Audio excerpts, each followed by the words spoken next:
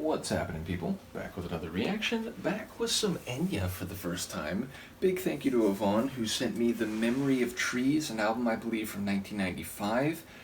I know Enya a very little bit, but I certainly have a sense of what her stylings are musically based on Reputation, which is to say, I'm familiar with that tune. Is it like Bodacia? I don't know how you pronounce it, but it's a tune that I've seen used in movies and TV shows like the movie Sleepwalkers as well as the TV show Criminal Minds. It was sampled by the Fugees in Ready or Not, and I think like someone else as well.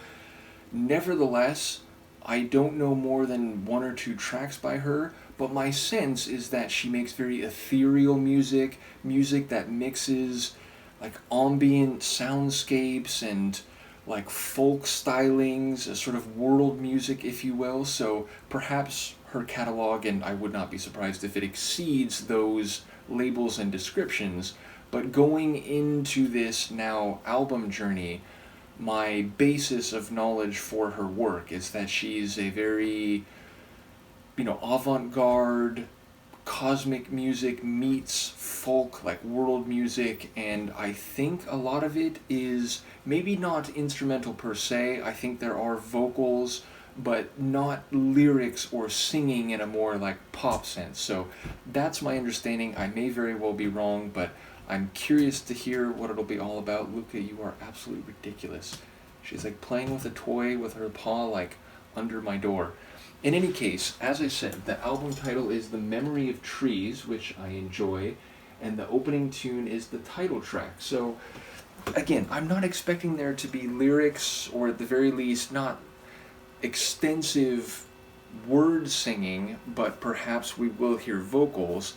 Either way, it gives this sense of trees as conscious or sapient entities that bear a memory of what has happened, maybe not in the same way that we creatures with brains do, but a sense that trees are living things and they may bear witness or testament to what has occurred. So either way, let's give it a listen. This is Enya, The Memory of Trees, from the album of the same name, 1995.